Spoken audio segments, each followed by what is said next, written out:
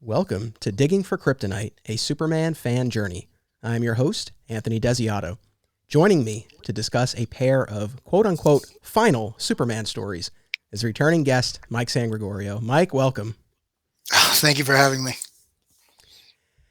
This is an episode, and I know I say this about a number of our Digging for Kryptonite installments, but this is an episode I truly have been waiting to do patiently for a little over a year. From the earliest point at which I was even thinking about doing this podcast, I knew this was going to be one of the episodes. I said we were going to discuss a pair of final Superman stories, and specifically, we are going to discuss Tom Welling's return appearance as Clark Kent from the Smallville television series in the Crisis on Infinite Earths television event during the 2019-2020 television season. And we'll also discuss the comic book story that Crisis seemed to take some inspiration from, the Alan Moore, Kurt Swan classic, Whatever Happened to the Man of Tomorrow. So those are the two pieces that we'll be discussing here. Now, I've discussed this on other episodes too. I've got this master spreadsheet of all my episodes. It's crazy. It's color-coded. I got all this stuff going on, including episode titles. And for a while, this was just going to be called Whatever Happened to the Clark Kent of Smallville, because I felt that that was a nice sort of blending of discussing Smallville and Whatever Happened to the Man of Tomorrow. But instead, I'm going to go with my heart on this.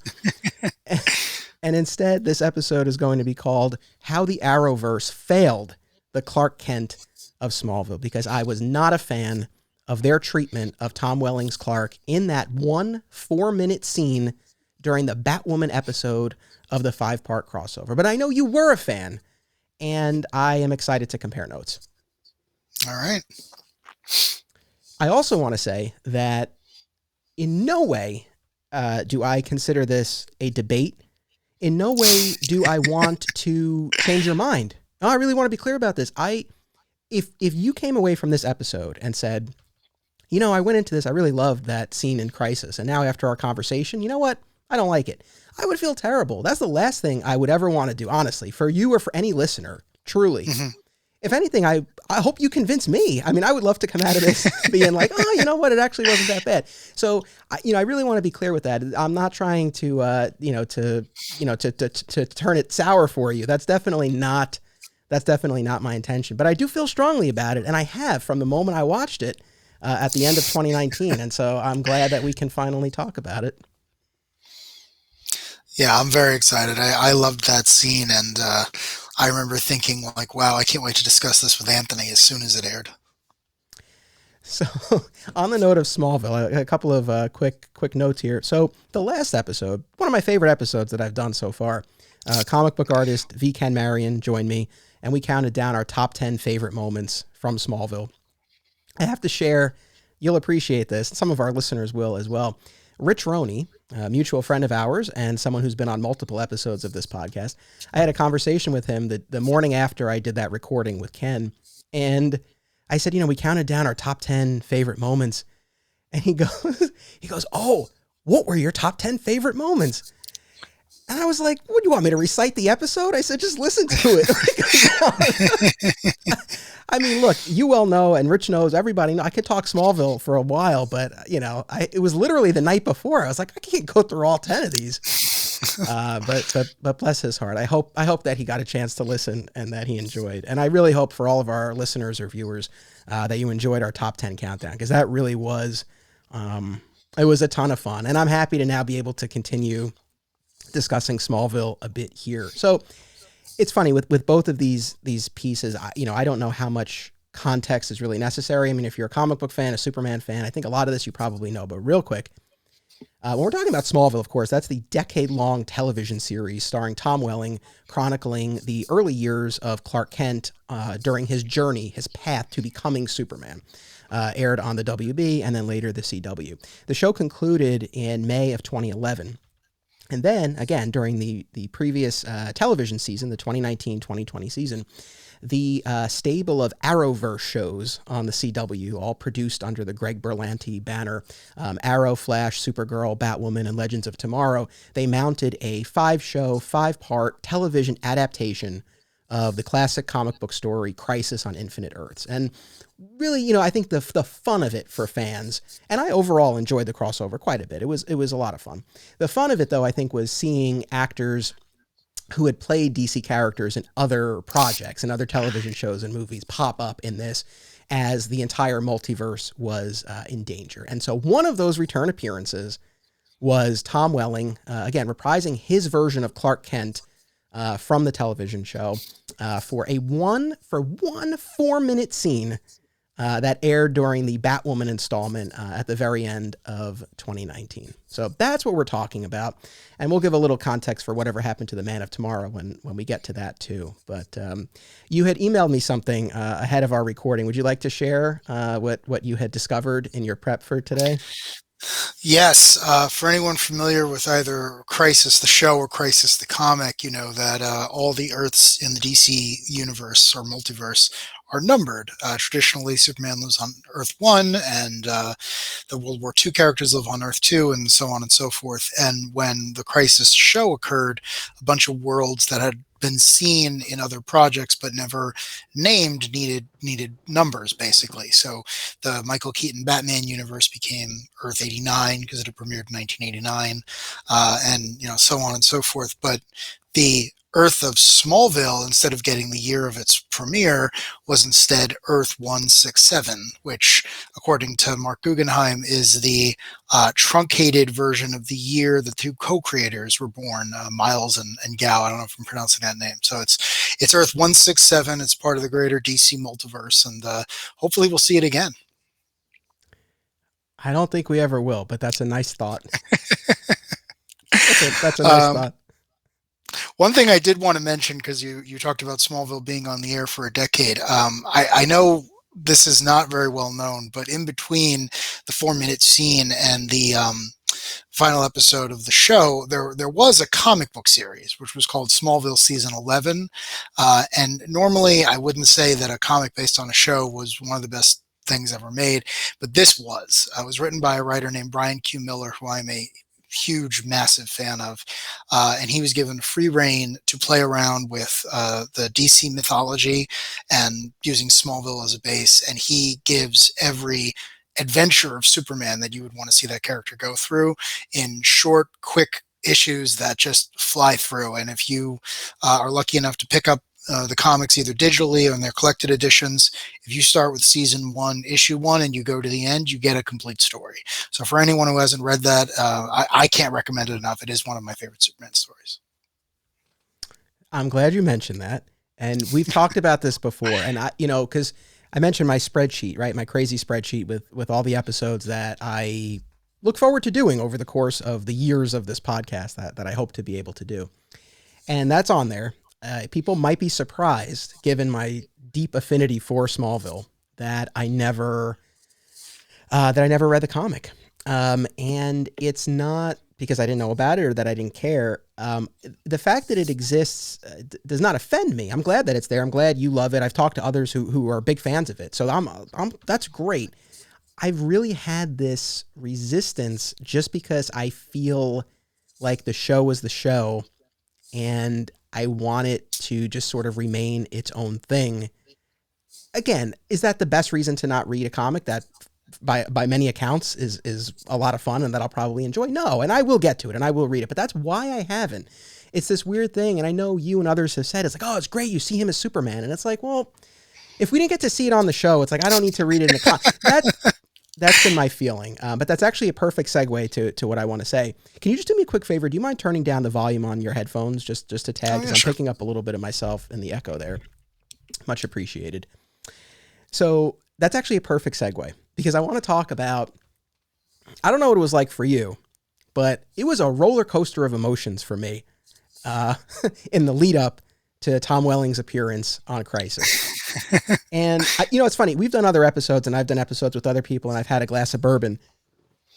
I've got this monstrous cold brew, and we're doing this on a Friday night. It's after 8:00, and I'm ready to go. You know, the other thing that's really funny is you and I are also in the midst of a 2-part discussion of Grant Morrison's new X-Men run on my other podcast, My Comic Shop Book Club.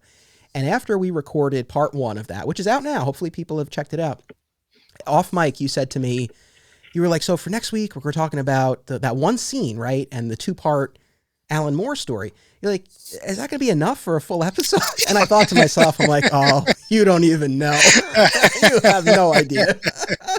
I've been ready for this. Even if we weren't talking about the Alan Moore story, I could do an hour on that 4-minute scene. Okay. We might not get to the Alan Moore story, which is ironic because, again, I'm sure it's one of the top 5 greatest Superman stories ever written, and it's going to be an afterthought to this. So I'm very excited. We can always do another Moore episode in the future. That's true. And we might.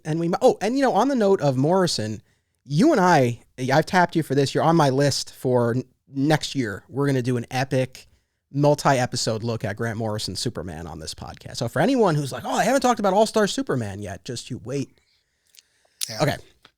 So when it was announced that the Arrowverse was going to be tackling Crisis, right? They started making these announcements about all the actors who were coming back. And almost immediately, right, there was a lot of speculation about Tom Welling coming back as Clark. My initial reaction was very mixed. I really felt, for much the same reason that I haven't read the comic, the season 11 Smallville comic, I felt like, again, Smallville was its own thing, and I wanted it to remain a closed universe. I didn't need it to be part of the Arrowverse multiverse, or whatever you want to call it. So I was a little bit mixed. I wasn't necessarily chomping at the bit, like, oh, I hope Welling does it. That being said, and here's the roller coaster. Once they announced he was coming back, I remember seeing the article on TV Line, which is my go-to TV news site. And I remember seeing that, and it was like a jolt of excitement. I was so excited. What was your initial reaction? I wasn't surprised, and I was very excited. I wasn't surprised because Tom Welling had recently been on Lucifer as a recurring character on that show. And for those who don't know, Lucifer is another DC Comics property. It's a little off the beaten path, but Lucifer and Superman, I'm sure, have met at some point. So I wasn't surprised. I was a little disappointed because for people who don't know this, my favorite character in Smallville is Lex Luthor. I think Michael Rosenbaum was perfect, and he really gave me inroads to all the characters in that show through his point of view. So when it was announced that he was not confirmed and he was on the fence, that actually brought me down because I really wanted him to come back. For those who don't know, in the Crisis on Infinite Earths comic, a Lex Luthor from an alternate Earth, Earth 3, is a big deal. He plays a major role in the story, so much so that he's actually in the sequel that comes out, I think it's 20 years later, Infinite Crisis. So I was hoping that they might give him that role. I don't even know if I knew about John Cryer at the time, but I was hoping he might be able to step in. That would also mean he wouldn't have had to shave his head, which I knew was always a big thing back in the day. But when I found out that he was not going to be part of what we did end up getting, I was a little let down. But so I had a bit of the opposite reaction you did. Gotcha. And I too was disappointed that Rosenbaum didn't come back. Going back to the series finale of Smallville, his participation came down to the wire, and there was a good stretch where it seemed like that was not happening. I remember the article on TV Line saying Rosenbaum not returning for the finale, and I was like, what the hell? And they worked it out, and we ended up getting one of my favorite Clark-Lex scenes of the entire show. They go on to ruin it in Lex's subsequent scene, but for that moment, it was great. Well, it was great while it lasted. Anyway, so I shared your disappointment about Rosenbaum not coming back, but I was excited when I saw the Welling news. It was funny because in the press release, and I don't know if it was a quote from Guggenheim or just maybe it was part of the press release itself, but it said that Crisis would reveal what happened to Clark Kent nearly a decade after Smallville. Now, the words "what happened" immediately, got my antenna up because that, of course, calls to mind whatever happened to the Man of Tomorrow, which we'll talk about in this episode. So that was the first instance where I was like, that was an interesting choice of words. I mean, maybe, at the time I was like, I don't know, maybe that was just their word choice, but I couldn't help but think there was a little something to it.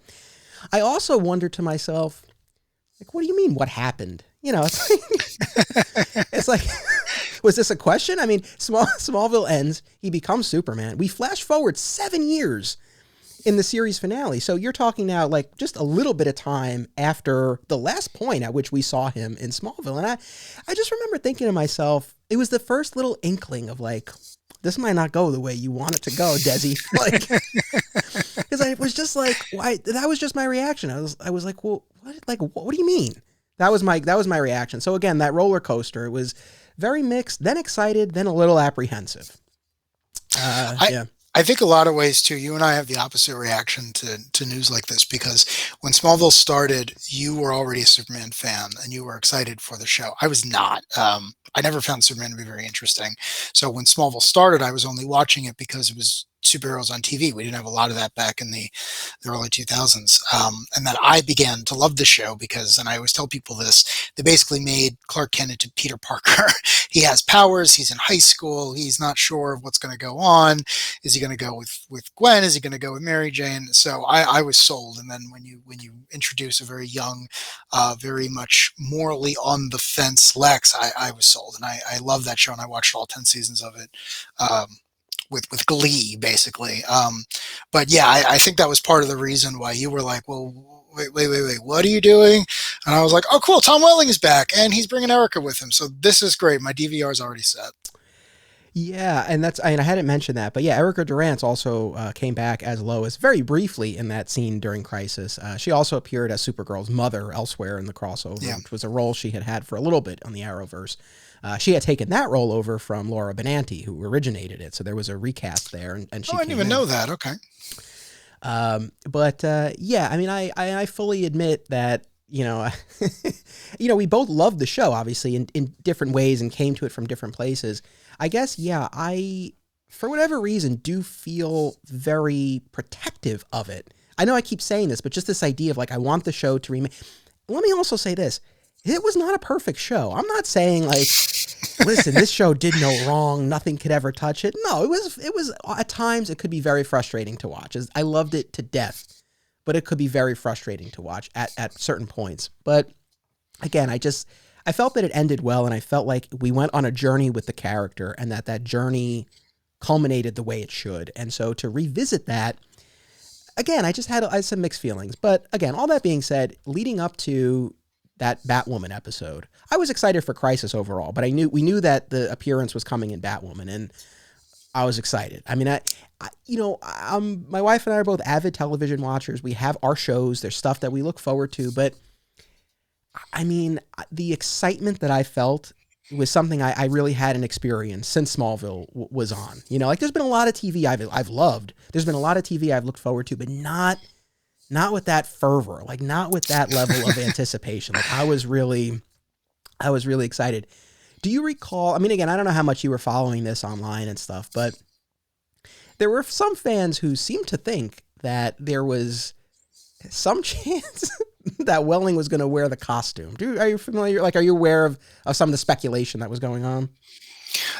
No, honestly, I'm not. But I do remember where I was when I first saw that Brandon Routh would be wearing the Kingdom Come outfit. So once I saw that, I kind of said, oh, okay, wait a second. I don't know that Tom Welling is going to necessarily be the one who, in Crisis on Infinite Earths, the comic Superman, it's basically Superman's story. So the character has a major role. And I figured that, in addition to Tyler Hoechlin, there would be one or two other people to wear the cape. But once I saw Brandon Routh as the Kingdom Come Superman, I said, okay, wait a second. If they're giving this other movie Superman the role of the mature mentor Superman, then what is the planned role for Tom Welling? And then that's kind of when I backed off and said, okay, this might be a smaller part than I'm hoping for. Yeah. So, I mean, as far as the size of the part, I can't remember at what point this came out, but it was known that it was going to be a scene. Like I remember going into Batwoman knowing it was going to be a scene.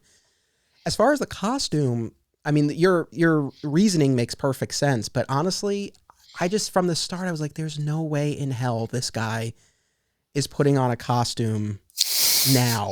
He didn't wear, I mean, the thing, and I also, again, going back to my mixed feelings, and I know people might be like, I can't believe you would feel this way, but I wouldn't have really wanted to see him wear the costume in the Batwoman part of a 5-part Arrowverse event when he could have worn it at the end of his own decade-long show and didn't.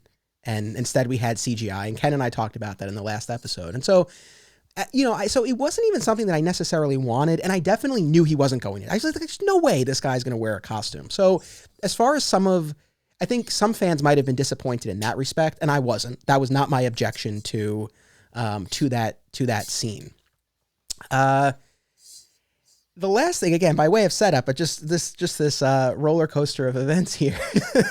I knew he wasn't going to wear the costume. It was more a question of like, okay, how did they get around that? And I felt like there were plenty of options for them to do that.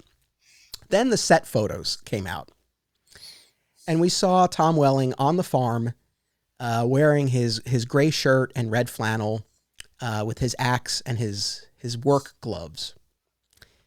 And again, I don't know how closely you were following this stuff, but instantly, well, I'll be honest, I don't know that I was so dialed into the gloves initially. I think it might have been, people reading, I was reading people's comments, and then I was like, oh yeah, like he's wearing gloves. Superman wouldn't need gloves to chop wood, right? So that, sure. that was another indication of like, okay, we might be dealing with a powerless Clark. But again, it was only a photo. And I could rationalize it away, and I felt like, maybe he's keeping up appearances, or it could be any number of reasons why. Maybe Tom Welling, the actor, didn't like the feel of the axe, and so he requested glass. I talked myself into, it's not that he's powerless, but there was that indicate, like that definitely, again, raised the antenna of like, okay, they might be going in a direction that I'm not totally going to be on board for, but. So going into the episode, that was sort of everything that I had swirling around. But overall, really, it was a lot of excitement. And then the night came, and we watched the scene, and I think we should just really break down this scene. In my mind, it failed the Clark Kent of Smallville, of Earth 167. For you, I know it honored the Clark of Earth 167. So I would, as the guest, I want to give you the floor first to tell me what worked for you about it. Sure. Did you want to describe the scene, or we just assume everyone's seen it, or? Let's break it down. So, well, do you want to kick us off? Do you want me to? How would you like to do this? Yeah, sure. So, one of the things I like about it, again, this is a 4-minute scene. It's very easy to find on YouTube. It opens, the first thing you see before you even see any of the new or old characters is you see the Daily Planet headlines hanging up on a wall, and they all detail out the various adventures of Superman. So you immediately know that you are on a world that features a Superman who's had a storied career, and that's important because at this point in Crisis, they're jumping around to various worlds, a lot of which are dying. So the characters will show up minutes before everyone's imminent demise, and then you go into our Clark, Tom Welling, chopping wood, and the Arrowverse's versions of Superman, Lois Lane, and Iris West, who's the Flash's wife, show up, and they have a little bit of small talk, and then they disappear, and out walks John Cryer, the Lex Luthor of Supergirl of the Arrowverse. They have a little bit of back and forth. There's the huge reveal. John Cryer leaves, and Erica Durance returns with the closing act. So, yeah, let me say this, because for the most part on this podcast, and I've said this many times, but this is a celebration, of Superman, right? And so I don't often like to dump on things, but I do share my opinion, and I do want to be honest, and I know there might be others who feel the same way. In fact, I texted Ken Marion, and I said, anything you want me to share on the episode on your behalf? And he and I are similarly aligned. I'm not saying that everything I say also speaks for him, but big picture in terms of our overall reaction to this, he and I are similarly aligned. But you two are similarly aligned a lot when it comes to DC stuff. So I always think of him when I'm talking to you, and vice versa, because you guys help explain each other. Fair enough. So there was a lot that I did like about the scene. So I too liked that the wall of articles that we pan across until we get to that reveal through the barn door of Clark chopping wood, and I thought that immediately between the way it was shot, the music, Again, those newspaper clippings, it all very quick, and the setting on the farm immediately made you feel like you were back in the world of that television show. And that's no small feat. I mean, it helps that, all these shows film at the same place, but they really, I felt like they captured in a very short amount of time. I felt like they really captured the feel of Smallville. Like I felt like I was back in that world. And so I do commend them for that. And we do get, the Earth 167, that designation. And, you gave us the explanation for that, which is a nice nod, again, to the Smallville creators. We cut to a close-up of Clark, right, chopping the wood and wiping his brow. So immediately it becomes clear that he does not have his powers. I think at that point, I might have still been holding out some hope. I don't know what. At that point, I was just deluding myself. But very quickly, you see this is not a powered Clark. And it was at that moment that I probably let out a huge groan, because it was just like I knew they were going to pull this nonsense. And then, yes, we have the arrival of the Arrowverse's Clark, Lois, and Iris West. They've come to enlist Clark's help / warn him that the John Cryer Lex from the Arrowverse is scouring the multiverse, looking to kill Superman in every incarnation. Lois and Iris are very taken with the appearance of Earth 167's Clark. Very different physicality when we compare Tom Welling and Tyler Hoechlin. But yeah, so they're very taken with this Clark. They start to talk to him. They mention that Lex is gunning for him, and Clark's reaction is, "Oh, I didn't know the president was in town." And of course, right, Smallville viewers remember that in that 7-year flash forward at the end of the series finale, Lex was elected president, as had been preordained multiple times throughout Smallville. And that was one of the reasons that I had an issue with this, right? So overall, my big picture problem with this was that I felt it undermined Clark's journey by having him choose to give up his powers after everything he went through in Smallville. And I have more to say on that, but that's my big picture thing. And I felt like at every turn where they could have alleviated my frustrations, they just dug a deeper hole for themselves. And the Lex reference is a perfect point, because this reference to Lex being the president, it's like, it's one thing if Clark gave up his powers, all his enemies were defeated, and his quest was over. But clearly, this person is still out there and still a threat. And yes, you can argue he probably trained the Justice League and told them what to do. But the fact that he would walk away while Lex is still out there in power, that bugged me. I won't lie. But so we get that reference. And before anything can happen, as you said, Cryer shows up and banishes the rest of the Arrowverse heroes. And then we have the showdown between Welling and Cryer. Again, I'm with you. I have to imagine that had Rosenbaum agreed to do it, that they would have worked out some way for that to be Rosenbaum in his place. And that, I still would have had the same frustrations with it, but that would have, and I'll be honest, I quite like the Cryer Lex. It's its own thing. Yeah.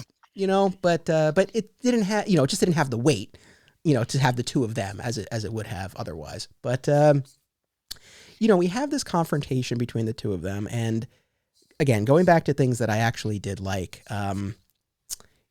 when Lex starts to chastise Clark for giving up his powers, Clark is like, I can't say I've missed these chats.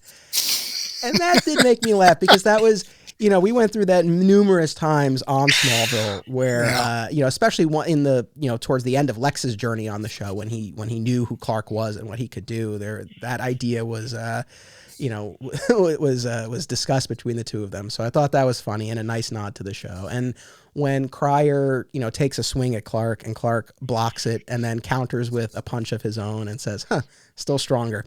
Great moment. So I like that very much. But it's in the course of this conversation, right, that it's revealed, we get definitive proof that Clark has lost his powers when Lex tries to use kryptonite, right? It has no effect on Clark. Clark just picks it up, he tosses it, and he explains, and he's very smug as he explains, it has no effect on me since I gave up my powers. There's no regret there. There's nothing. He's very content in his decision. And, Lex takes a step forward and he steps on a child's toy, or he steps on something. He moves his foot. We see, and he sees it's a child's toy. And so at that point, it becomes very clear that Clark has a child or children. And it's a very heartwarming moment where he says that, his children are worth more than any superpower, right? And then we have, the punch and all that, and Lex, leaves. Lois comes out, right, as you said, and talks about the mess that their daughters have made. They laugh off the threat that has been discussed, right? So like these people came from another universe. Clark's been through a lot of stuff. You would think that this might kind of set off some alarms for him, but he doesn't really seem too bothered by the threat of the multiverse ending. And Lois thinks it's a joke. This great investigative mind just thinks, oh, no big deal. And they walk off together. They walk off towards the farm, the same farm that they filmed on during the Smallville show. And that was that. So a couple of things. When I saw him with the gloves, my first thought wasn't, oh, he has no powers, is those are probably his dad's gloves. And whether or not he has superpowers or not, if there's one thing I know about the Clark Kent of Smallville, it's that he is enamored with John Kent, warts and all. Like, that is the man he wanted to be. So when I saw him with work gloves and a shirt and everything else, I said, well, you finally got your wish. You probably have flown, you've probably been back in time, you've probably seen the very edges of the universe. But at the end of the day, coming home, putting on your dad's gloves and doing an honest day's work is probably something that sits very well with you. So I thought that was great. I thought that was a great introduction to him. Part of me thought that, just like in the comic, whatever happened to the Man of Tomorrow, that someone was going to destroy his clothing and underneath would be a brand new Superman suit, or a suit he'd borrowed from someone, or something like that. But yeah, it very quickly becomes that that's not the case. I love the scene where Lois shows up and they laugh off the crisis. And the reason for that is, and maybe this is part of the reason why I like this so much, is I have to imagine that in the decade, or the 17 years, or however you want to frame the time that's elapsed, that this version of Superman has done everything. I just imagine, and again, I have no support for this whatsoever, that man has saved the multiverse 100 times. And this is not the first time.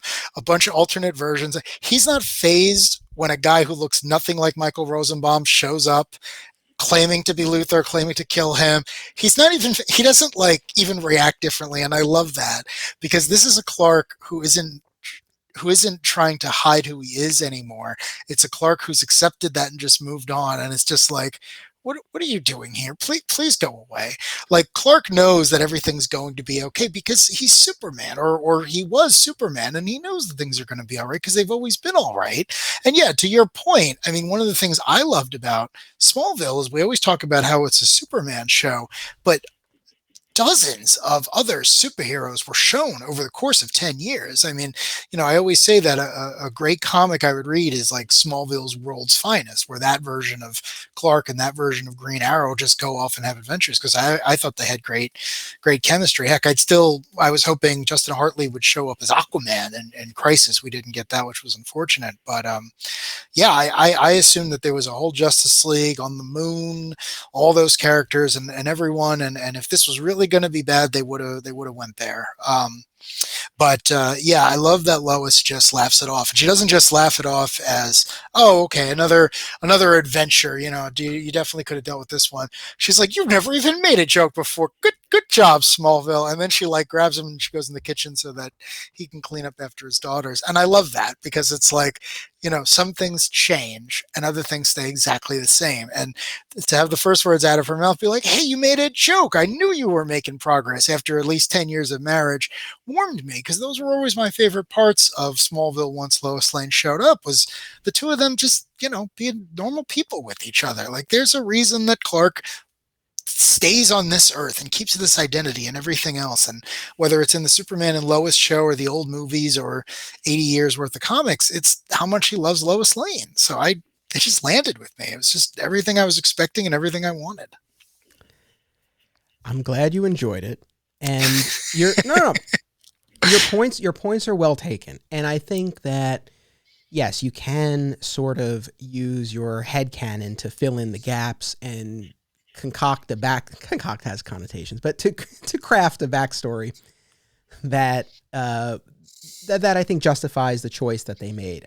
But I guess I'm less willing to do that, I guess, for a few reasons. And, you know, here's the thing. I don't begrudge the Clark of Smallville a happy ending. And the idea that he's with his family on the farm that he grew up on, in a place that's meant a lot to him, I don't hate that, right? And I'm happy for the character in a sense. So it's not like I begrudge him a happy ending. I guess it bothered me that they felt that was the only version of a happy ending that I guess they, felt, was worth pursuing. My greatest frustration with this was that, I loved the 10-year run, but so much when I say the show was frustrating, they got a lot of angst and a lot of mileage out of his desire to be normal and his desire to be human. And I think especially in those teen high school years and, entering his early adulthood, that made sense. And it was, it gave the show, a very strong, dramatic thrust, and they got a lot of mileage out of it. But to me, at least, like, the point of the show was by the end of that finale, and it really took until the end of that finale, he was able to reconcile both parts of himself, the human and the Kryptonian, the mild-mannered reporter and the superhero, and the Jonathan and Jor-El. It all kind of came together. And at least from my perspective as a fan of that version of the character and as a viewer of that show, in my mind, that desired, I just really want to be normal, wasn't there anymore. He had moved beyond that. Like the thing that had held him back for so long, this desire to be normal, I just felt like by the end of that journey, we were past that point. And so the idea that the first chance they had, the first time we're going to see this character on screen in a decade, almost at that point, they were going to mine what, for me at least, had been one of the more frustrating aspects of the show. That's what I just, like, it just bugged me. And, I love, like I said, I love that they set it on the farm, right? And they've talked about that they felt like that represented, the truest, most iconic, classic version of the Clark Kent of Smallville. And I agree, honestly. I mean, as much as, it would have been cool to see Lois and Clark at the planet, when you think about Smallville, you think of the farm. You think of him on, in the field, baling hay or whatever, chopping, not so much chopping wood, but that's obviously what they went with here, and that worked great. And so that aspect of it made perfect sense to me, and I thought that was lovely. But yeah, I felt like how do I put this? That if you had picked Clark at almost any moment in his journey, especially in the early seasons, but even in some of the later seasons, this would have been a perfect conclusion for him, right? That's what his ultimate desire was at some of the earlier points in the show. But I feel like it just didn't respect how far he got by the end of it. Also, this is pretty nitpicky, but the idea that it took him 10 years to become Superman, his career as Superman lasted less than that. Again, a little nitpicky, but it kind of bugged me.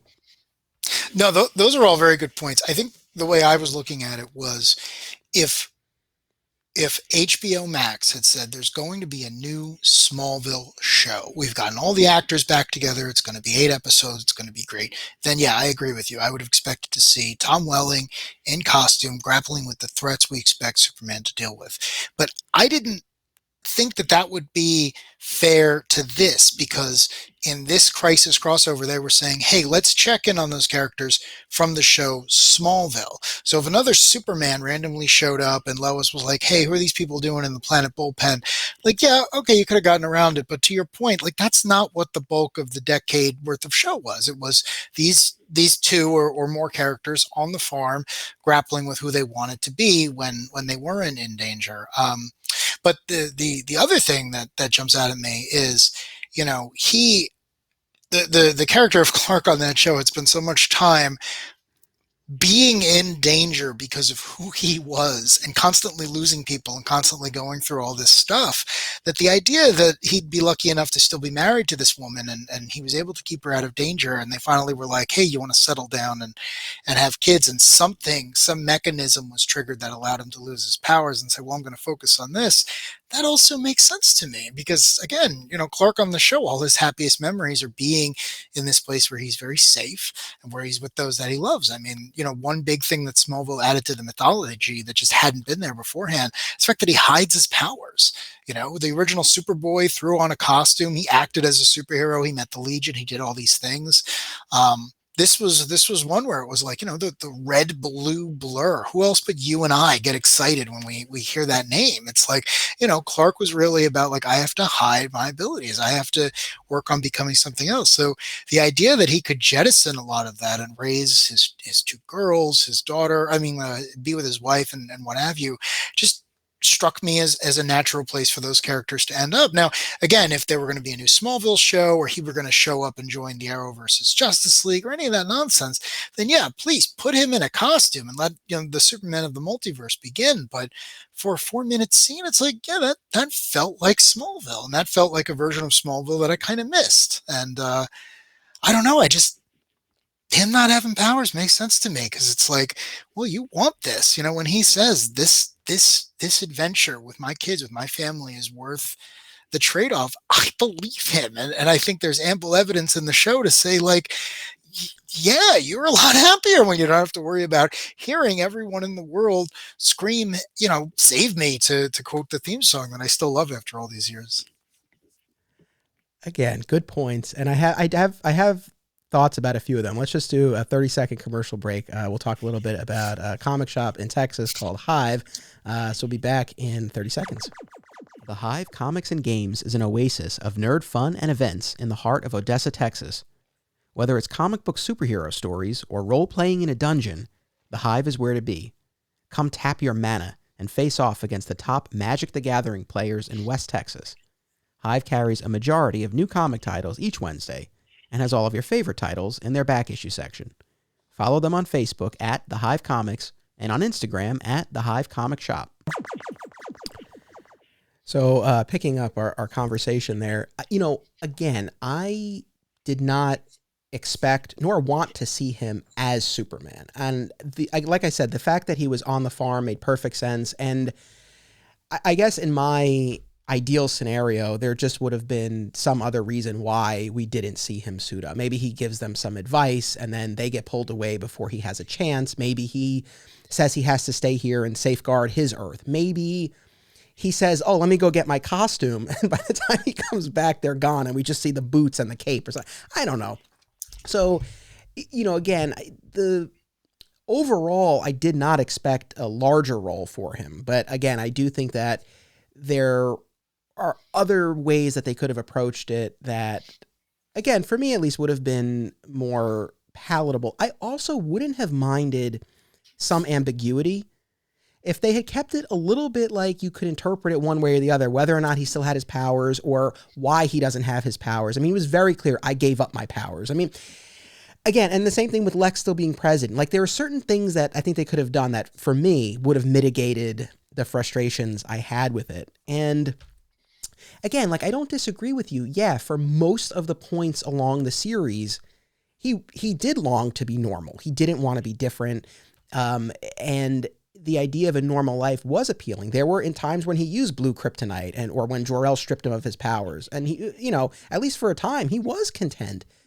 I just felt like by the end of the show, and I don't want to keep, I know I don't want to harp on this because I know I've said it a few times, but I just feel like by the end of the show, he had gotten to a different place. And again, like we said before, it's like, yeah, you can fill in enough backstory, and you're right. They only had 4 minutes. And I think, ultimately they did what they could. I guess if this was the track that they wanted to place him on. I think there's something else that's very important. This was the Arrowverse's story. It wasn't a Smallville story. And the only reason I bring that up is because this 4-minute scene in the larger narrative of Crisis serves as character development for John Cryer's Lex. the characters from Smallville do nothing. You know, they show up, they laugh, they stare at the camera, they have aged beautifully, and they move on with their lives. And do I want to see a spin-off show featuring them? Yes. Please, please, please, please, Discover Warner, give me a new Smallville show.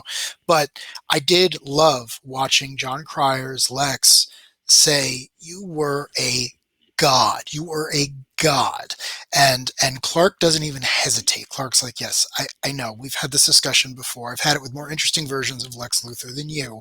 And I love that Lex can't wrap his mind around what Superman is, and that's why he keeps losing to Superman. The line we keep jumping over too is he says, "It's ridiculous that on Earth 167 Clark Kent is Superman. I know Clark Kent and I know Superman. They can't be the same. He wears glasses." He doesn't say that, but it's this old trope, right, of Superman, where it's like Lex Luthor is the smartest person to ever exist anywhere in all of fiction. He can't figure out who Superman is because his weakness is arrogance, right? He can't imagine that you would be unto God and you would live as a mortal. It just wouldn't occur to him. He can't do it, so why would anyone else do it? And I love that is the easiest and simplest way to defeat the character here. Like, what does he say at the end of the scene? He says, "You're not worth it.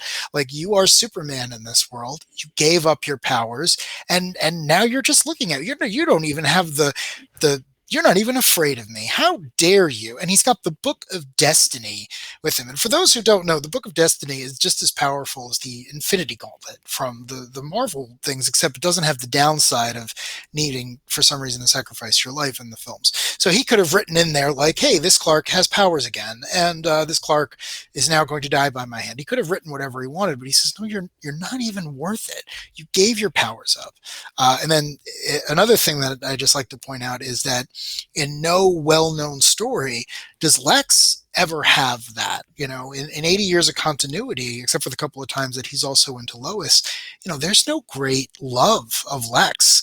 And that's really unfortunate because he's kind of a lonely dude. Like, he's got Otis in the movies, he's got Miss Teschmacher, but for the most part, Lex doesn't go home to anyone. And I thought it was kind of funny that, like, he couldn't even imagine giving up whatever power he could be considered to have something like that, to share your life with someone and to raise the next generation.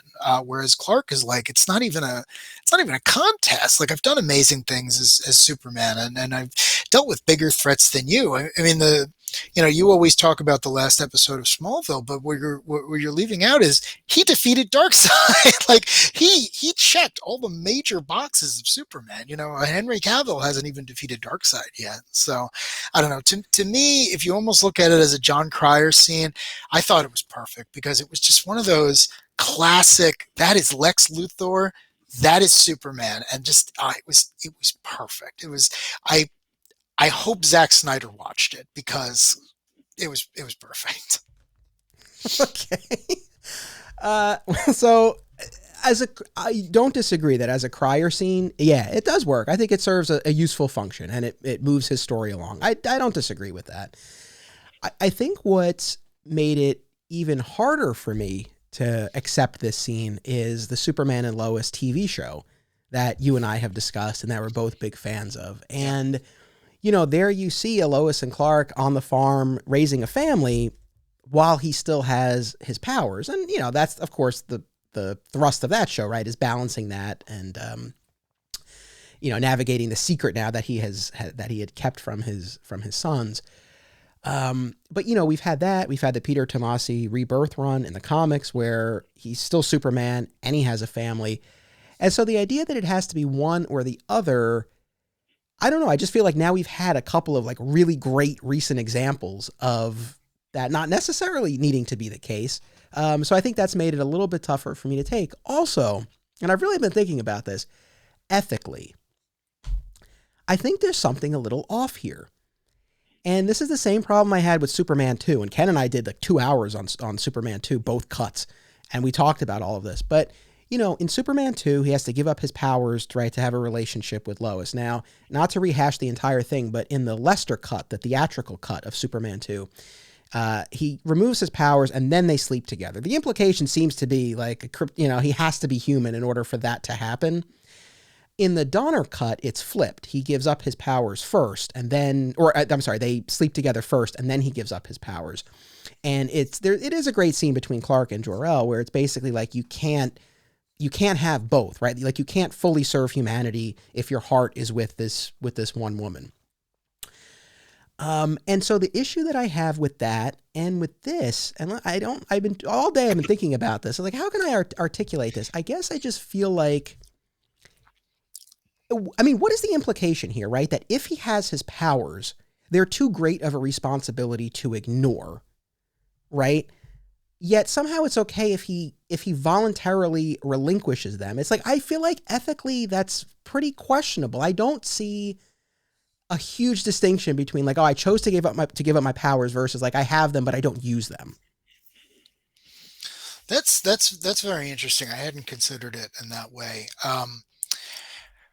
I think what it comes down to, and I know I use this analogy a lot, but it's the Spider-Man analogy of when you have power, you have responsibility that is comparable to that. And Clark, in most cases, has near absolute power. He can do amazing things that even the other superheroes don't come anywhere close to him. And I think that gives the character rather a warped view of what you have to do. So Clark can hear everyone. Clark can stop everything. So he does. And I think that gives him an inflated idea of what his responsibilities are. Not that he's not right. Like one of the things is he can hear everyone and he helps everyone. He's not Homelander. He doesn't hear everyone and delight in their misery. Like he goes and he works 24 hours a day to fix things. He gets a good tan and he goes back to work. He's a great guy. But too, Lois is a brilliant reporter and she's much more practical than the last son of Krypton. And I could almost picture her being like, hey, listen, what is the deal here? Because you're running out, just like Lois in the new show. You're running out all hours of the night, and I got two kids here, and I'm good, but I'm not that good. I need a partner. We agreed to do this together. And then him just saying, you know what? And again, I know I'm filling in canon. I don't claim to speak for the other creators, but I watched Smallville. There's a lot of other superheroes in that world. There's actually some other Kryptonians. I mean, this is a world where a fully realized Supergirl is also there. So again, I'm not saying that the world is at its absolute worst and he sought down the last hunk of gold kryptonite and said, I need to give up my powers because I absolutely have to protect these two girls. I kind of view it more as like, well, the opportunity probably presented itself and he said, hey, these things were great, don't get me wrong, but again, to quote the comic, I've had all my great adventures, so let me end this on my term before I make someone mad who's going to do something I can't live with, which is take this family away from me. Yeah, and I don't know. As again, I've been thinking about this, and I don't know. Maybe if there had been something conveyed in the scene to imply some of the things that we're speculating on, maybe that would have made it a little bit more okay for me. I don't know, but again, with giving up the powers and sort of that ethical question, and I do see a big distinction between this and whatever happened to the Man of Tomorrow, which I think we're just about ready to jump into, but. The other thing too, because I've talked a lot in almost every episode about how my role as a father now has really kind of shifted the way I look at a lot of these stories, especially these Superman stories. And so someone might be listening or watching and thinking like, hey, like, don't you get that he would want to give up his powers for his girls? I take the opposite approach. He had the ultimate mechanism to protect them. As much as you could argue that, yes, being a superhero, having the powers is going to attract danger. Nevertheless, he had these immense powers, and I sound like Lex, but it's like, he had the mechanism to protect them, and he chose to give that up. I mean, I feel like that puts them in more danger. That, as a dad, is the hard. I can't see that. I actually agree with you. Yeah, no, I am 100% in agreement with you. If it had been me, and yeah, I'd absolutely want that ability to protect what was mine. I think the difference is, and this is why it's so compelling that it is the Clark of Smallville who we saw go through all his formative years, is he has had them long enough that he knows the ups and the downs. He has very little to compare it to.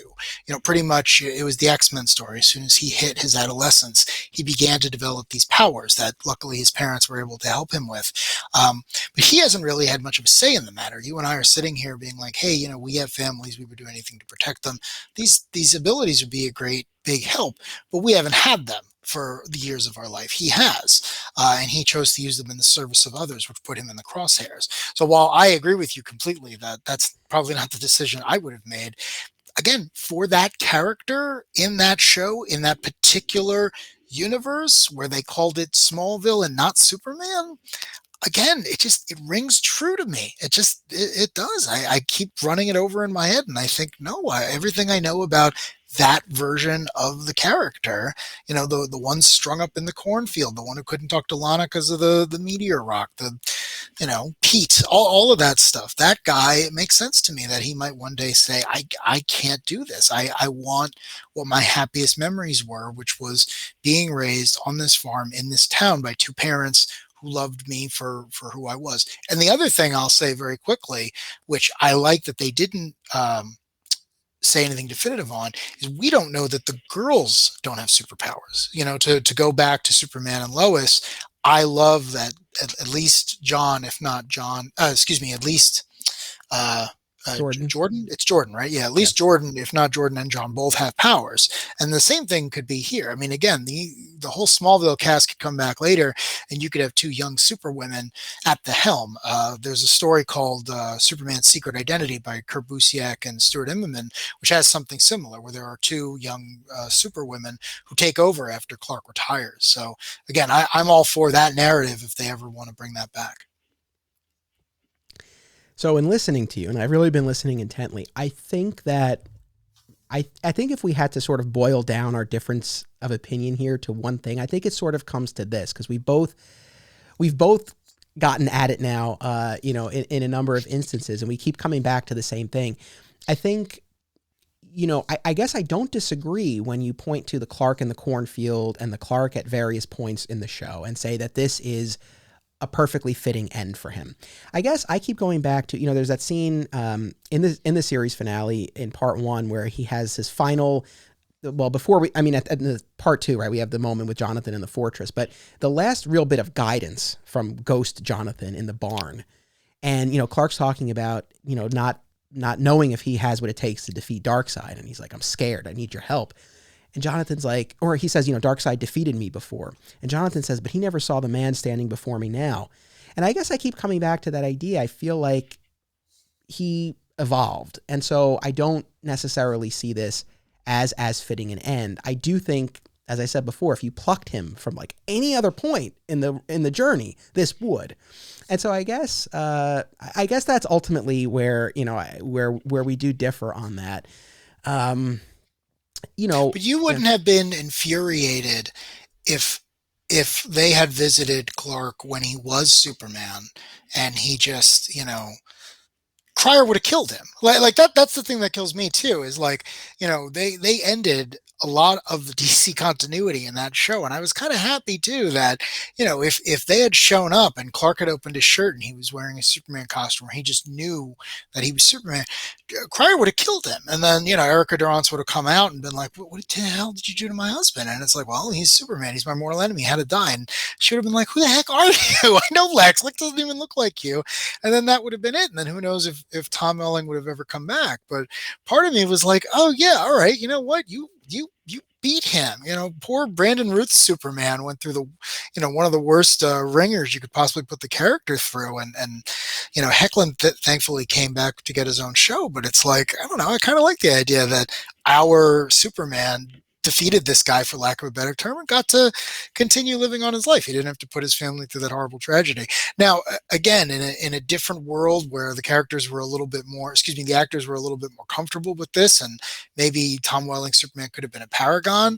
Again, sign me up. I'm not saying that this was the only way you could have done this, but with what they had to work with, it's a great use of 4 minutes. I don't know how else to say it. It's like, yeah, Cryer's Lex Luthor is sent away disgusted with this character who defeated him by remaining true to who he's always been. And would have been great to see him suit up as Superman and defeat the bad guy.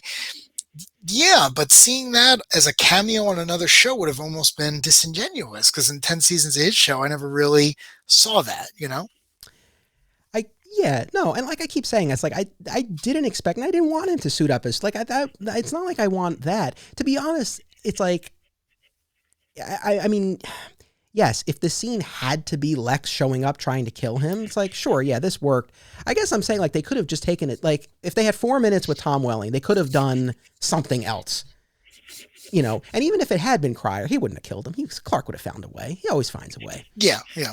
You know, but you know, all in all, it's funny because you know, and listeners know, you know, I've gone to bat for the Snyder movies, and I know people, you know, feel very strongly both ways about that, but there are definitely plenty of detractors, and you know, I've defended that, and I've defended, and you and I've talked about this off mic too, but I've defended this idea that, you know, these characters, and Superman in particular, over 80 years he's been around, there are different ways to interpret the character, and you have to be open to different interpretations. So, you know, people might be listening and being like, hey, take your own advice, buddy.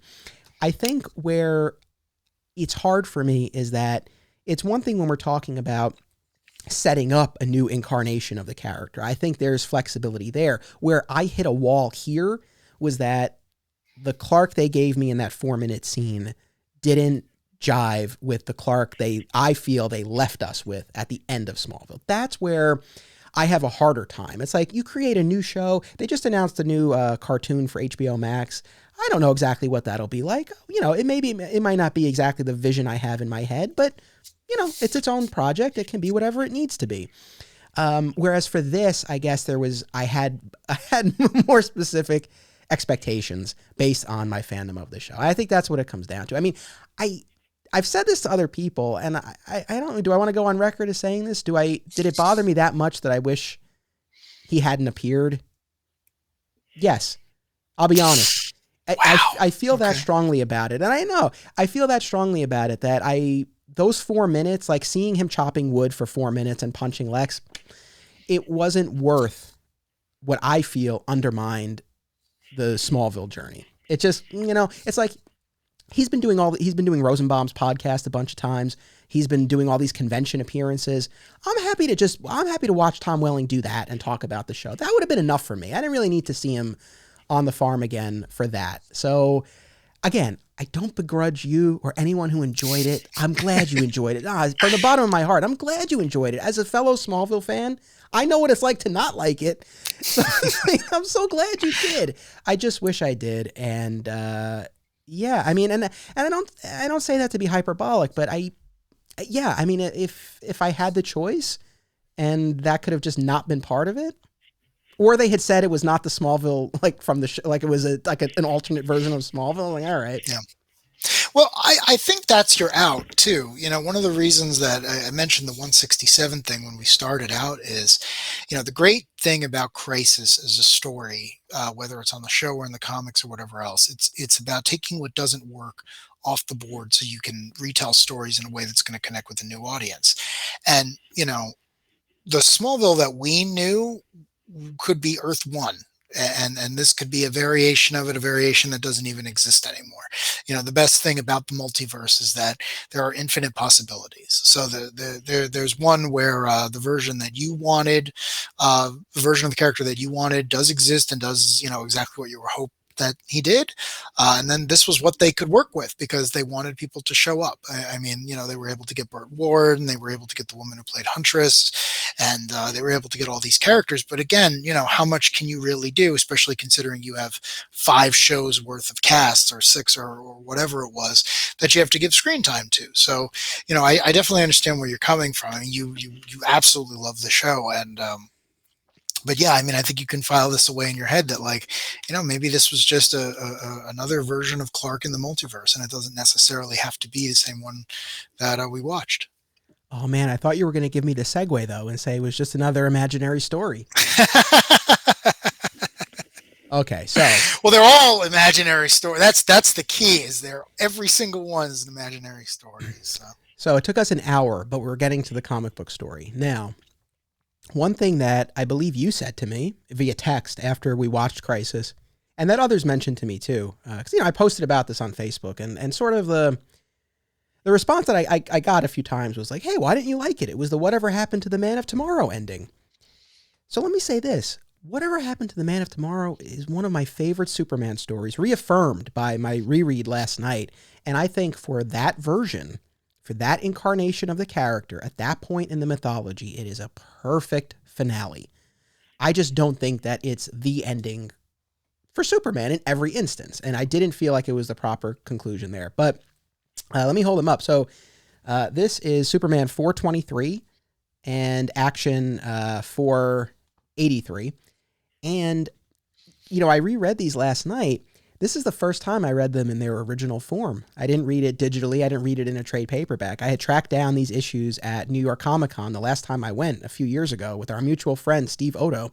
And we went to the retailer breakfast, and then I hit the floor and I hunted and I got these. And it was my little back issue hunt for the day. And it was really cool to, find, another little way to experience it. For anyone not familiar, and again, there aren't a lot of stories I put in this category, but it's like if you're a Superman fan and you haven't read Whatever Happened to the Man of Tomorrow, I urge you, I implore you to read. It's only 2 issues.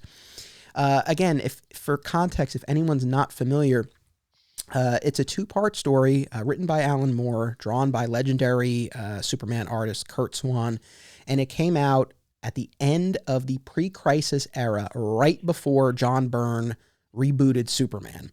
And outgoing editor Julius Schwartz decided to treat his last issue of Action and his last issue of Superman as if they were the last issues of those titles that DC was ever going to publish. Alan Moore wrote the story, and it's a farewell to the pre-Crisis version of the character. And primarily that Silver Age version, I think, is really the incarnation that we're bidding farewell to. And again, it's only a 2-part story, but basically everything that and here's, I think, the best compliment that I can pay this story, which is, it came out in 1986, a year before I was born. I read it in the late 90s. I was like 10 when I read the trade paperback that DC put out at that time. I had no idea what pre-Crisis was. I wasn't on any internet. I was a little kid. I wasn't talking to people at a comic shop. I wasn't reading Wizard yet. I didn't know what it was. The only context I had was Paul Kupperberg's introduction to the trade paperback, which is great, actually, and it explained everything that I needed it to. But I think the biggest compliment I can pay this story is that I don't have a deep connection to or affinity for the pre-Crisis version of the character. I look at that incarnation of Superman more from an academic point of view. I'm curious, but I don't have that deep personal connection as I do with the post-Crisis version that I grew up reading. Yet, then and now, it's one of my favorite stories. I love it to death. And I mean, that's a testament to the power of the story, that even though, again, I don't have that personal connection to it necessarily, it just works exceedingly well as its own story. Yeah, I'm with you. I had never read a pre-Crisis Superman story before I read these 2 issues, and they land. I mean, Alan Moore is great because every story he tells, I feel like you can read it on its own and you don't have to worry about anything else. I mean, he understands that he wants you to be able to pick this up, get what you need to, and move on. He condenses close to 50 years worth of continuity into those 2 issues, and it never feels rushed and it never feels forced, at least for me. I'm sure there are other fans who are like, what the heck is going on here? But I think it's a great comic, and again, I can't believe how brief it is. It is the Days of Future Past of the Superman. It is 2 issues. It gets you in, it gets you out, and everything is changed. Nothing is the same when you get to the end. So yeah, I really don't have a bad thing to say about it. It holds up. I mean, I've lost count of how many times I've read it, but it's funny. So over the years, people have asked, do I have any interest in writing a comic? And I say that as if it's like DC Comics asking me. No, but like just people in my personal life. And I've always said, not really, but I probably have a Superman story in me. And you know what's funny? It's like now over the course of doing this podcast, I have like a couple of ideas and like they're really crystallizing. And I'm probably getting to the point sooner rather than later where I'll probably try writing it. I don't think anything will come of it, but I'll probably do it. But, you know, as I was rereading this, I had the same thought you did. It's like, it's only 2 issues. It goes so fast. There are so many moments that, you know, I always, I always forget about Pete Ross dead in the box. Every time I read this story, it takes, I'm like, oh God, they put like the prankster and Toyman kill Pete Ross. They interrogate him. They discover Superman's secret identity. They kill him and they stuff him in a box. And they mail him to Clark. I always forget about that. Like there's so much that happens and there are so many things like, you know, like the aftermath of the unmasking and Pete's death that it's like, oh man, you wish you could have, you know, like spent a little bit more time in that area. It's such a rich story. I thought of you though. Did it remind you of it? Like, so like the basic setup of this, right? And again, for anyone who's not familiar, but we start 10 years into the future. Superman's been gone, presumed dead. A reporter for the Daily Planet shows up at the quiet Midwestern home of Lois Elliott, now no longer Lois Lane. Her baby is down for a nap. Her husband's out at work. And he proceeds to interview her about the final days of Superman. And so she explains how in his final years, things had gotten real quiet, right? Most of the enemies had been defeated or retired or were laying low. And Superman was mostly spending his time doing research in space for the government. Then we have the sequence of events where, you know, really all the main players from the Rogues Gallery return with a vengeance. They start acting, you know, kind of out of character, more ruthlessly than they had before, beginning with Bizarro, who off panel had destroyed Bizarro World and gone on a murder spree and caused all this damage in Metropolis before he kills himself. Because of course, the only way he could be the perfect, imperfect duplicate of Superman, if Superman is alive, is for Bizarro to be dead. Did it remind you at all of Hush, Batman Hush? Hush, no, that's a comparison I've never thought of before. Now, look, I'm not saying that Hush is is in the same league as this story, but just this idea of villains sort of acting in in an unusual manner, in a more cutthroat manner than they had before. I can't help but wonder if maybe Loeb had taken a little inspiration from whatever happened to the Man of Tomorrow. I just couldn't. I thought about that as I was reading this. Just this idea of, again, like villains kind of coming back with a vengeance, with someone pulling the strings.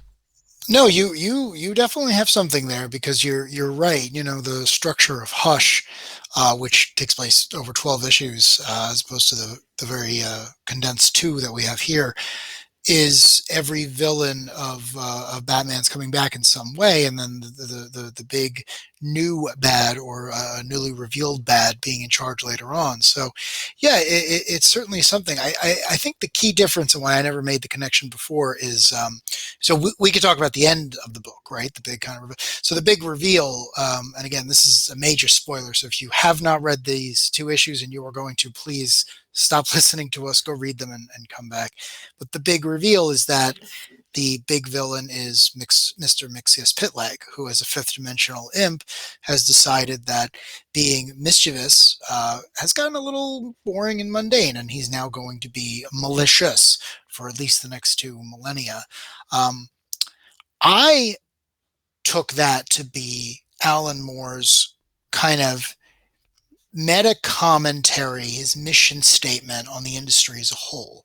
Because for those of you who don't know, up until that point, you know, the big shakeup at this point is that most of the villains didn't kill, they didn't do anything. But after this point, after Crisis, after whatever happened to the Man of Tomorrow, after the Dark Knight Returns, which is mentioned in Kupperberg's introduction, after all of these stories that came out in the mid-'80s, things went in a drastically different direction. I started reading comics in 1991, and all I remember is Venom and Spawn. And I love those characters, don't get me wrong, but they would be completely out of place in Silver Age Superman.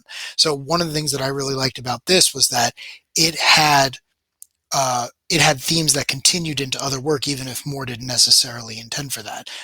the Hush comparison is rough though, because Hush has a big surprise ending, and then nothing is ever done with that ever again.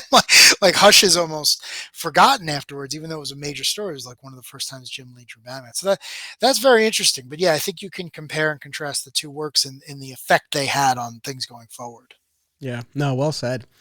So, over the course of the story, again, we have Bizarro's rampage.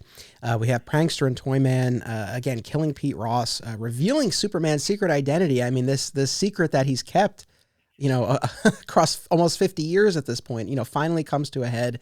He's unmasked. He has to retire the Clark Kent persona. An army of Metallos attack the Daily Planet.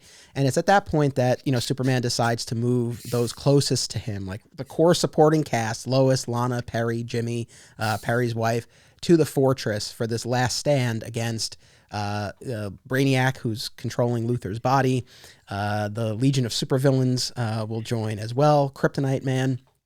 And, it's at the fortress that we have such emotionally resonant scenes. When Krypto shows up, and right before the Legion arrives, I think that's the point. Superman says, he's like, I feel like all the pieces of my life are finally coming together. He's like, I know, like dogs sometimes have that sense, when they know that, and I think that's cut off, but I think he was going to say like when they know they're nearing the end here. But this idea of like all the pieces coming together, and the Legion show up to pay their last respects. And of course he sees, Kara time traveling, she's dead in the current timeline. So that definitely packs an emotional punch. But, the last page of that first issue of him crying, alone with the dog in the fortress, that definitely packed a punch. And then in the next issue, that heart to heart with Perry, man, do I love that he went to Perry for that. That was such a great scene. And I love that Perry was able to serve that role for him in that moment. What'd you think?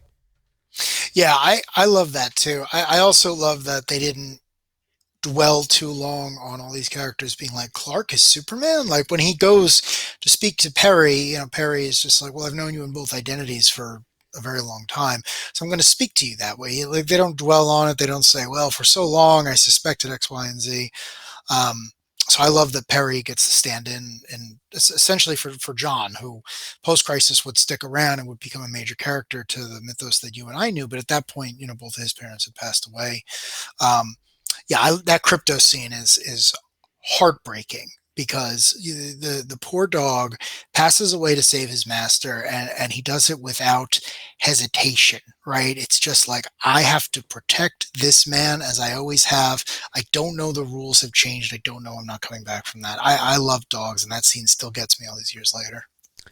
Yeah, that was rough. That was rough for sure. Throughout the story, I think, and I feel like it's only the type of story that you could do at the culmination of, maybe you could, doesn't need to be 5 decades worth, but it's one of those stories, like it packs so much weight because you feel the history behind it. And again, even as a kid reading it without having all that backstory, it's like you recognize there's such an air of finality to it. You recognize that things are coming to a head, right? All of the things, again, including the unmasking and again, all of these villains and most of the characters meet their final fate, in this story. Not a ton of them make it out alive. And so, you have the weight of all of that, and, a rare instance where Superman is really facing his mortality. He's facing the end. He knows that this very likely is going to be his last stand. And, that scene with Perry in particular, where he's like, there's so much in my life I need to get straight. First and foremost, Lois and Lana, these two women who he's basically been stringing along all this time. And, the man with the power of a god. And he's like, I wish I had explained to them. I wish I hadn't been such a coward. A character so brave and strong, but when it comes to matters of the heart, there's still that, that weakness or that vulnerability. So I thought that was so powerful, and all the more so by the fact that, Lana and Jimmy were, giving themselves powers so that they could help. And of course, Lana overhears, Superman tell Perry that, as much as he loved Lana when they were young, that Lois is the one for him. And it's heartbreaking. Yeah, Moore gives you that beautiful moment of real vulnerability with Superman, talking about how he has always felt about the people in his life, and it's Alan Moore, right? So just immediately gets turned on its head. And again, I like to write all of that malice off to the imp, but yeah, that scene where Lana talks about developing the hyper senses as she goes through her superpowered MacGuffin pool, and how the two scenes interact so that her super hearing kicks in just as Clark is saying this very calmly and very quietly to Perry, who happens to be sitting next to him rooms away, is beautiful because it's not a thing that either character could have foreseen, but it has such an immediate impact of Lana Lang, this very like well-known, well-respected character, just immediately going out in a blaze of glory after something Superman said of all things. Like, it's shocking, but it also feels very honest for the way the character was set up. 100%. And Jimmy too. He has that moment where he says, they always call me Superman's friend, and it's time I paid for that privilege. I mean, he really steps up and pays the ultimate price. As does Lana. So, yeah, I mean, it's such a powerful story, and then it culminates. We're talking about final Superman stories here. So, as much as the Luthor Brainiac team and the Legion of Supervillains and Kryptonite Man, they're all defeated. We do have, as you said, the final reveal that Mixia was pulling the strings, and now he's going to be malicious. And, Superman makes the decision to use the Phantom Zone projector on Mixie, right? Knowing that Mixie will try to retreat to his home dimension and that he will be torn in two and killed and destroyed, being split between the Phantom Zone and the fifth dimension. And it was a nice touch, though, that, the Legion's gift to Superman, right, ended up being his salvation, because it was that Yeah. reminder of like, oh, use the Phantom Zone projector. But he says to Lois, he's like, I killed him. I knew this would happen. I broke my most sacred oath.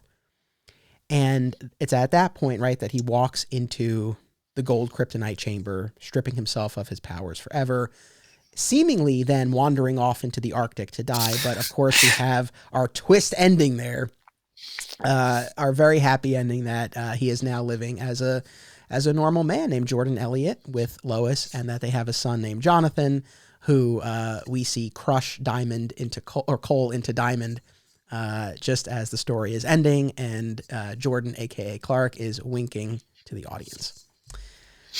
It's, again, I feel like for that version of the character, it made perfect sense, and the idea that I guess what worked for me here about him, giving up his powers and living a normal life, right, was that it was, and again, I know we talked about with Smallville, you can fill in the blanks, but it's like here we saw everything. We saw that all of his enemies were defeated. His quest was over at that point, and he had crossed a line for himself. It's like, it wasn't that he was giving up his powers because he wanted to marry Lois and have a family. It was that he really couldn't be, like, his journey as Superman had come to an end. And then he had this happy postscript. And that, to me, I thought it was so beautiful, so powerful. And I love it as an ending for that version of the character. Yeah, I can't imagine it having ended any other way.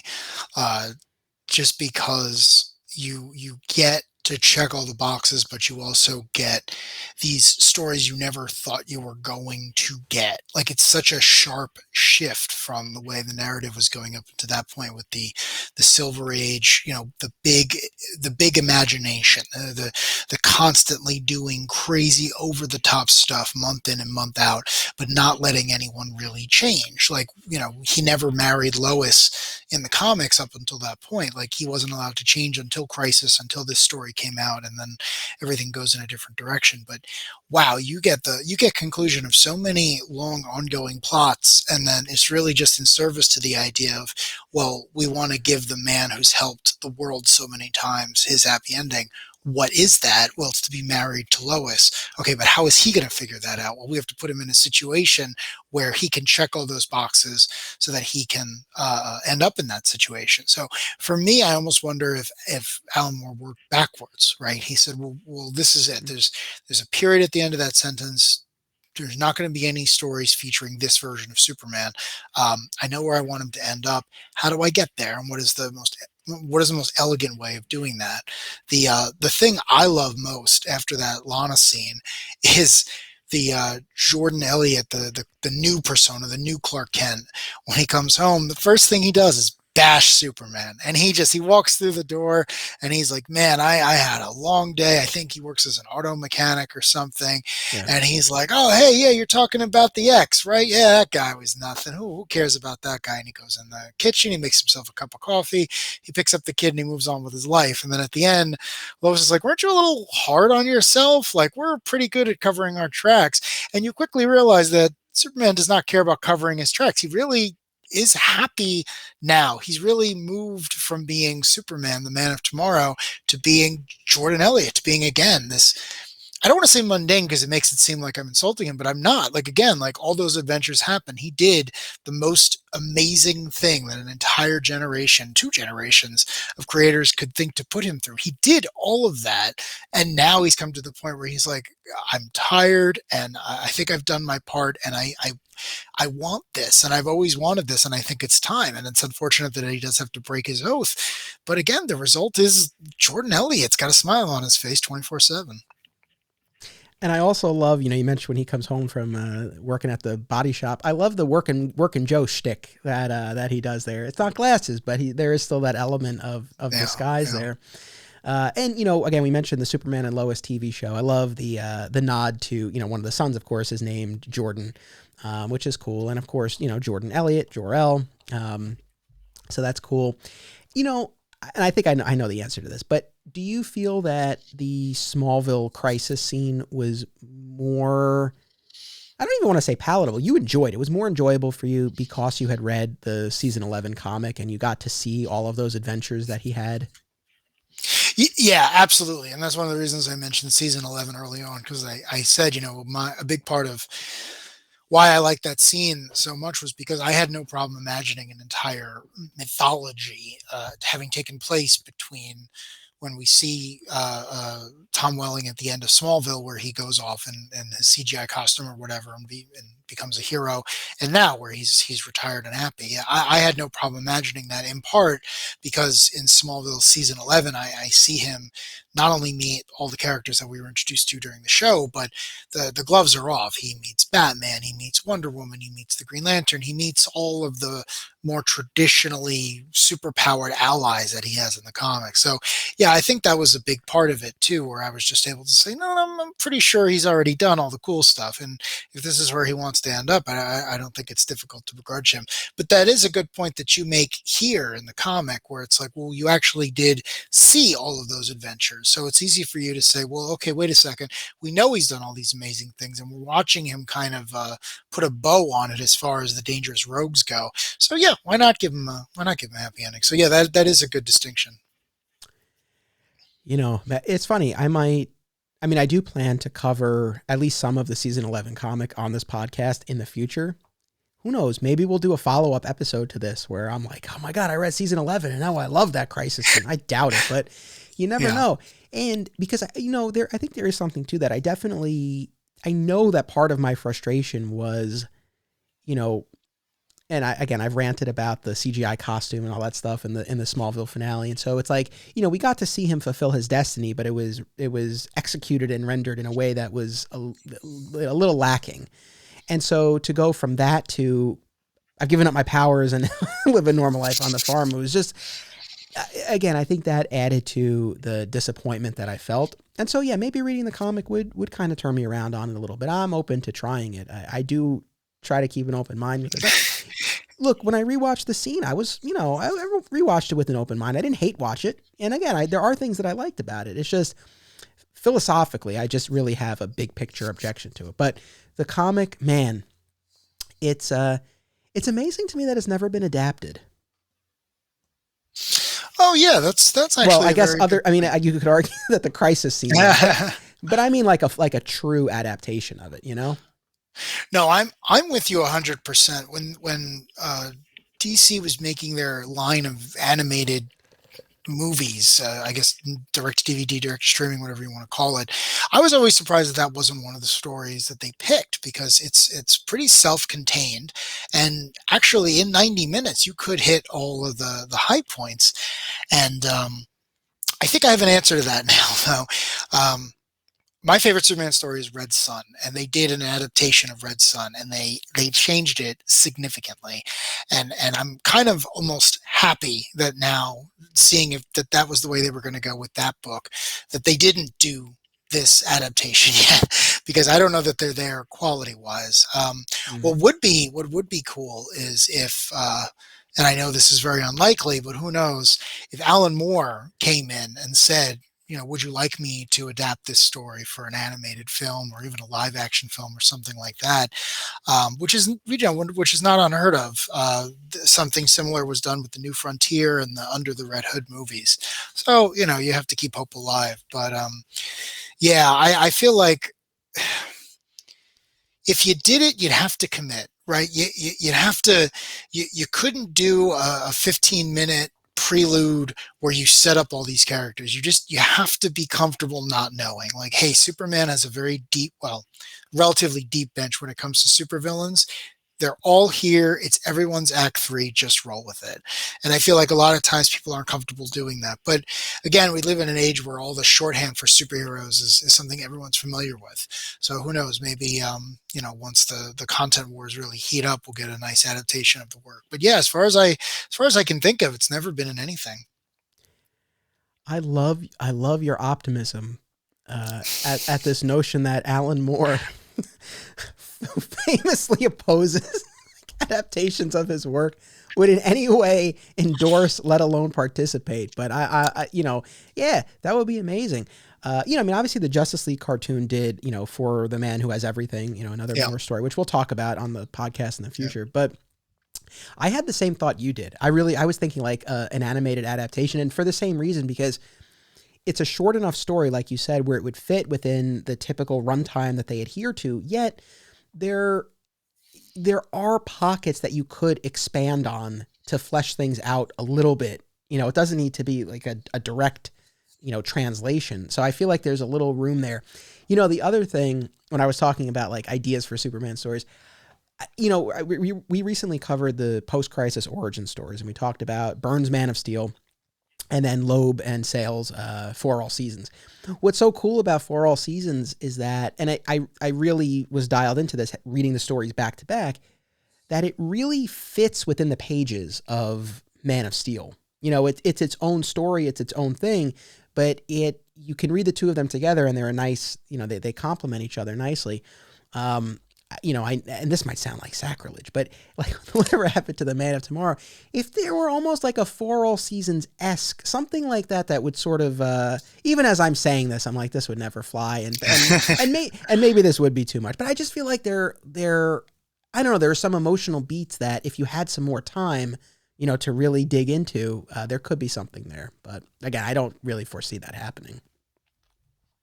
Yeah, again, definitely if you're not familiar with all of these characters too. If you're reading it for the first time like you and I were, and you're like, wait, what's the deal with Lana? I'm not 100% sure. Who's the guy in the box? Or wait, what's the prankster? Like you definitely could find places to expand it in a very organic way. But yeah, I don't think that was the intent at the original time, because it was like, you probably know who these people are, and we need to wrap this up as soon as possible. I was always a little upset that they didn't do something similar before the New 52, where our version of Superman essentially was wrapped up. Now he, I think, has returned in the Rebirth era, so maybe it's good that they didn't do that. But I was always like, you know what? Why not our version of Superman? Why not give him a nice 60-page annual or something where you wrap up all those plot lines? He pats the Eradicator on the back, the real 90s 2000s stuff, and then he moves on. But yeah, who knows? It's such a popular story. I can't imagine it's not going to be adapted one day. Yeah, I think at some point we will. And I couldn't agree with you more. I've said this on other podcasts. I really think that was, as someone who was reading a lot of DC stuff at the time, that was definitely one of the most challenging parts about the New 52, was that we didn't get whatever happened to the Man of Tomorrow-esque finales to that version, to those versions of the character. And I really think that I mean, ultimately, the New 52 sold really well. Overall, I think it was a success for DC. So it's like, I don't know that they would have done it differently. But for me, as someone who really did not delve into the New 52, and even to this day, I've only read a little bit of it, that would have gone a long way, to sort of having that. And it's like, the thing that always drives me nuts is like, man, what an opportunity this could have been. You think of like whatever happened to the Emerald Archer and the Emerald Knight and the Scarlet Speedster. It's like they go on and on. Like there's so much potential there. And I have to imagine, and you and I have talked to our friend Rich Roney, who did grow up reading the Silver Age comics. I have to imagine, like, if you were the story landed in such a powerful way for us. It's like, imagine what it was like to have been a reader during that era and to finally get these 2 issues, like all this stuff that had always been teased, or maybe it happened and then it was quickly taken back. It's like it all happened and it played out and you got an actual conclusion to the story. It must have been so cool. Yeah, I can't imagine picking these things up off the rack, as it were, because I mean, everyone is consistent with the way they were up until that point. Like Alan Moore, it's not like he came out of nowhere. This might be the first issue of Superman he wrote. I'm not 100% sure, but he's certainly a fan of the characters and the Silver Age in particular. After this, he would go on to write a book, Supreme, which would feature a Silver Age version of Superman and his cast of characters that expands on a lot of the themes he introduces in these 2 issues. So he was a fan, for whatever that's worth. So when he is closing out these storylines, he's doing it in a way that attempts to be incredibly reverent to the material that came before. But yeah, I have to imagine, I mean, the arguments you and I were witness to at the comic book store, it's like, what was going on when these 2 hit the stands, and they were very close together. It's like, was there a flood of angry letters of like, what are you doing? He can't murder. No one can murder. Like, why would you do that? Or was everyone just like, oh man, those John Byrne issues are on their way. We just sat through Crisis. Like, these don't matter anyway. You could look at it that way. Obviously, imaginary story is the branding that predated What If and Elseworlds and everything else. So that was also part of the canon, part of the lexicon at the time. Like, hey, this is an imaginary story, just like all those other times we showed what would happen in the future where Superman and Lois had a bunch of kids. It's just this one's going to be a little bit more nuanced. So. Right. Yeah. I mean, the famous introduction, this is an imaginary story, aren't they all? And, once this was done and we entered post-crisis, it's like everything that came before basically was an imaginary story. For my book club podcast, my sign off on that show is, they're all imaginary stories. It's something that's always stuck with me, and maybe advice that I should take myself as I think about that crisis scene. But I wanted to just mention this, and then we'll sign off here. But, I was thinking about doing, I guess a deeper dive on this podcast into like final Superman stories. There's not a ton. I mean, unless I'm really missing a lot. And I know there are some Silver Age imaginary stories, like The Last Days of Superman, and there was a Silver Age Death of Superman, and we'll talk about that. But, as far as like, stories intended to like conclude the tale, there's not a ton. And it's funny too, even in other media, like, the Chris Nolan Batman trilogy, we got a conclusion to that. You look at Superman in other media, the Christopher Reeve series, sadly, petered out. The Brandon Routh, attempt to get it going again failed. The Snyderverse, sadly for me, it seems like we've seen the last of that without like a true finish. Lois and Clark, the TV show, got canceled after the 4th season. Smallville, yes, ended, but it ended with a beginning, right? So yeah, it's like we haven't had, again, in other media. And then in comics, I mean, we're going to talk about Grant Morrison's work, and Grant Morrison obviously gave us a look very far into the future of the character. Oh yeah, I think there's some really interesting stuff to talk about there. And whatever happened to the Man of Tomorrow, Kingdom Come, obviously, I think, kind of falls into that category, although that they've continued to do like, yes and no. Yeah. Yeah. I mean, exactly. It's not like a definitive ending. So it's interesting. Maybe part of it is that this story, whatever happened to the Man of Tomorrow, was so strong. It's like, if you want a final story, like that's it. I mean, I don't know. What do you think? That's a great observation. Batman has many endings, right? I mean, The Dark Knight Returns is a definitive comic, and even though it doesn't end the story of Batman, it is his Act three in traditional storytelling structure. But yeah, you really don't have that with Superman. The character just continues on. I've always attributed that to the fact that Superman is not driven by pain. He's not trying to overcome something. Like, yes, his father did die in many iterations of the story, but again, it's not like he caused the heart attack because he did something wrong or he overreacted or he didn't control his abilities. It was just like, I couldn't do this. Maybe there was nothing I could have done, but I feel bad about it. So his story continuing is always the story of him inspiring other people and continuing to help where he can.